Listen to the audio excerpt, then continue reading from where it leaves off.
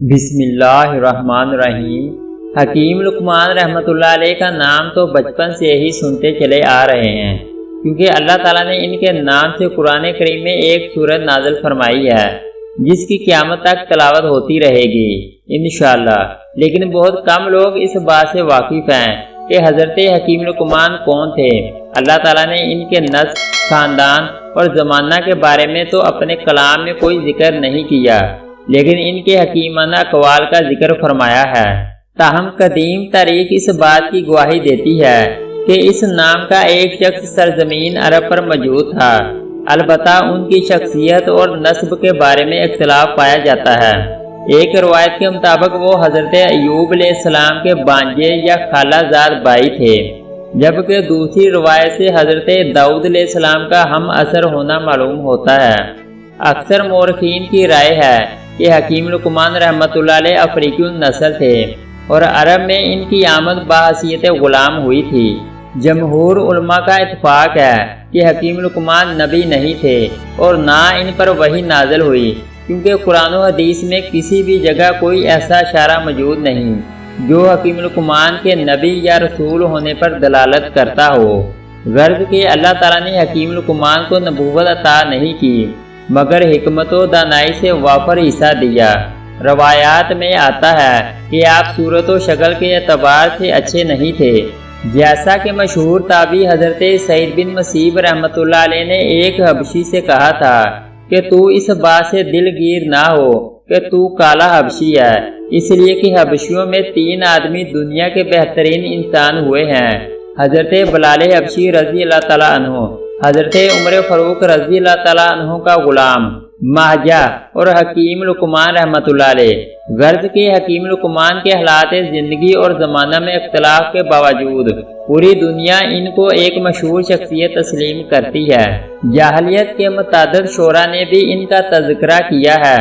اللہ تعالیٰ نے سورہ لقمان میں حضرت حکیم لقمان رحمۃ اللہ علیہ کی ان قیمتی نصیحتوں کا ذکر فرمایا ہے جو انہوں نے اپنے بیٹے کو مخاطب کر کے بیان فرمائی تھی۔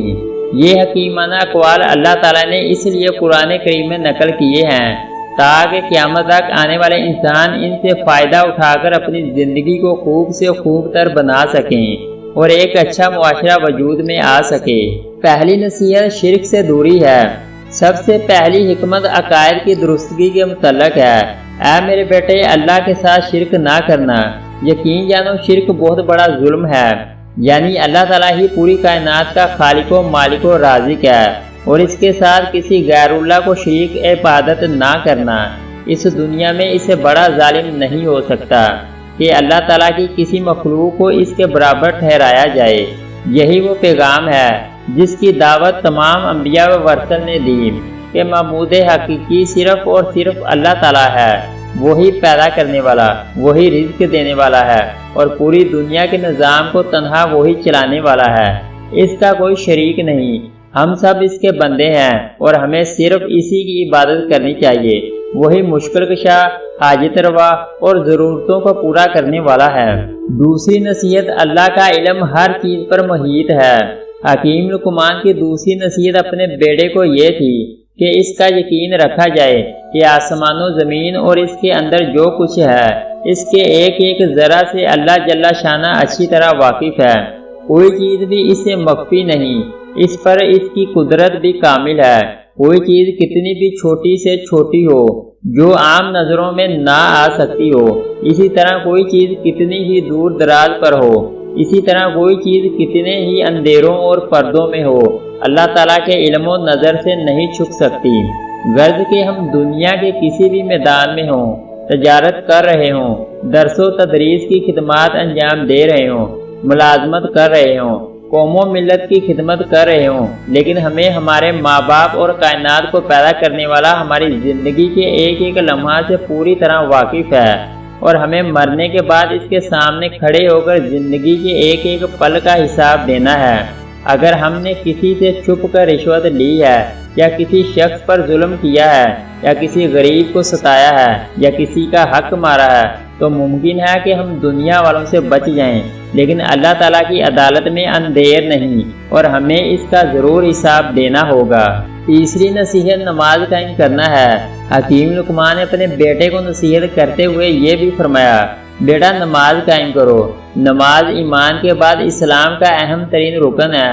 نماز خود اہم ہونے کے ساتھ وہ دوسرے اعمال کی درستگی کا ذریعہ بھی ہے، جیسا کہ ارشاد باری ہے، جو کتاب آپ پر وحی کی گئی ہے اسے پڑھیے اور نماز قائم کیجیے، یقیناً نماز بے حیائی اور برائی سے روکتی ہے۔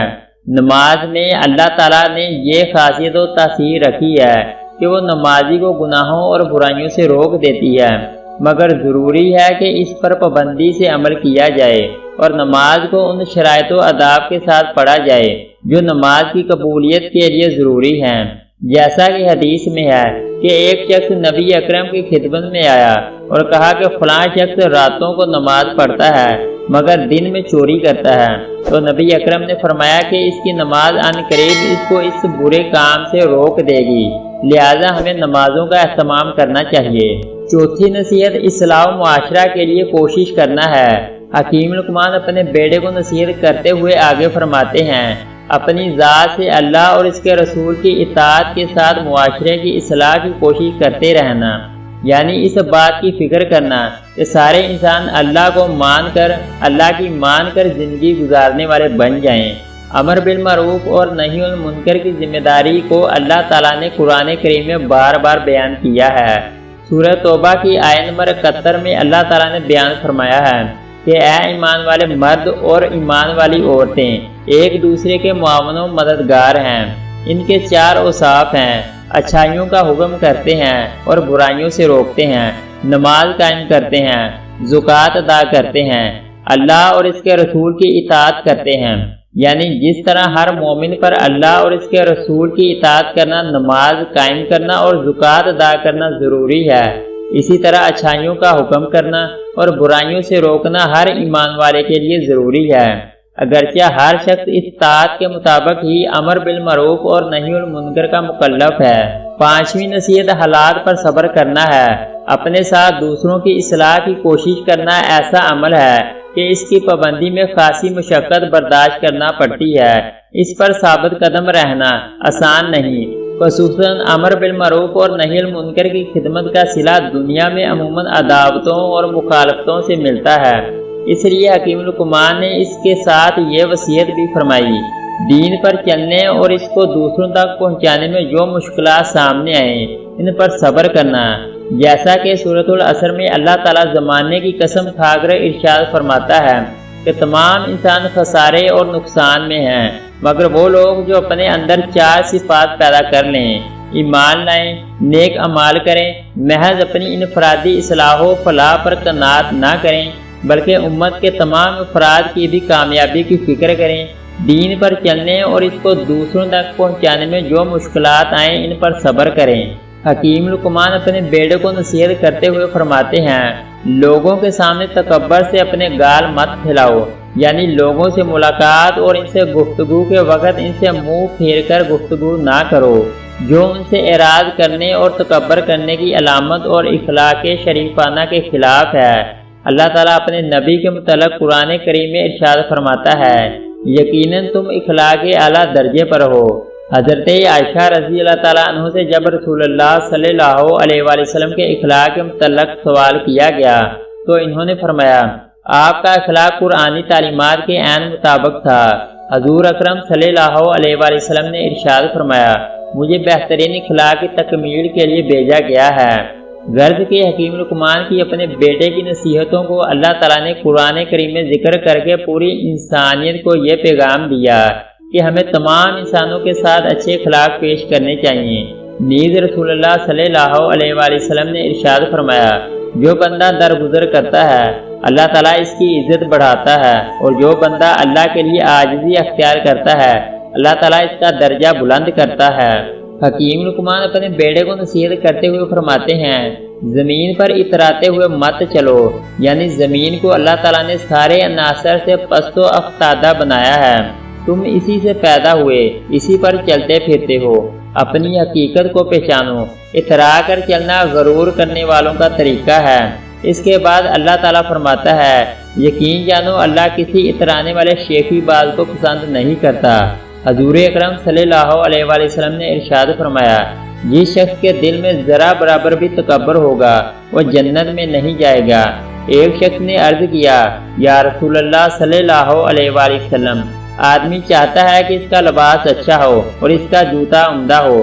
آپ نے فرمایا اللہ تعالیٰ جمیل ہے، جمال کو پسند کرتا ہے۔ تکبر اور غرور تو حق کو ناحق کرنا اور لوگوں کو حقیر سمجھنا ہے، یعنی اپنی وسعت کے مطابق اچھا لباس پہننا تکبر اور غرور نہیں بلکہ لوگوں کو حقیر سمجھنا تکبر اور غرور ہے۔ حکیم لقمان اپنے بیٹے کو نصیحت کرتے ہوئے فرماتے ہیں اور اپنی چال میں میانہ روی اختیار کرو، یعنی انسان کو درمیانی رفتار سے چلنا چاہیے۔ رفتار نہ اتنی تیز ہو کہ بھاگنے کے قریب پہنچ جائے اور نہ اتنی آہستہ ہو کہ سستی میں داخل ہو جائے، یہاں تک کہ اگر کوئی شخص جماعت کی نماز کو حاصل کرنے کے لیے جا رہا ہو تو اس کو بھی حضور اکرم صلی اللہ علیہ وآلہ وسلم نے بھاگنے سے منع فرما کر اطمینان و سکون کے ساتھ چلنے کی تاکید فرمائی ہے۔ حکیم لقمان بھی اپنے بیٹے کو ایک اور اہم نصیحت کرتے ہوئے فرماتے ہیں اپنی آواز آہستہ رکھو۔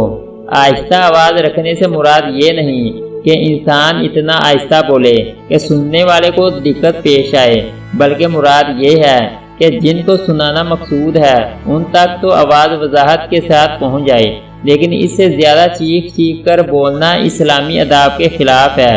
غرض کہ ہمیں اتنی ہی آواز بلند کرنی چاہیے جتنی کہ اس کے مخاطبوں کو سننے اور سمجھنے کے لیے ضروری ہے۔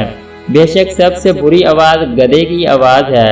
اگر آپ کو ہماری ویڈیو اچھی لگے تو اس کو لائک اور سبسکرائب کر دیں۔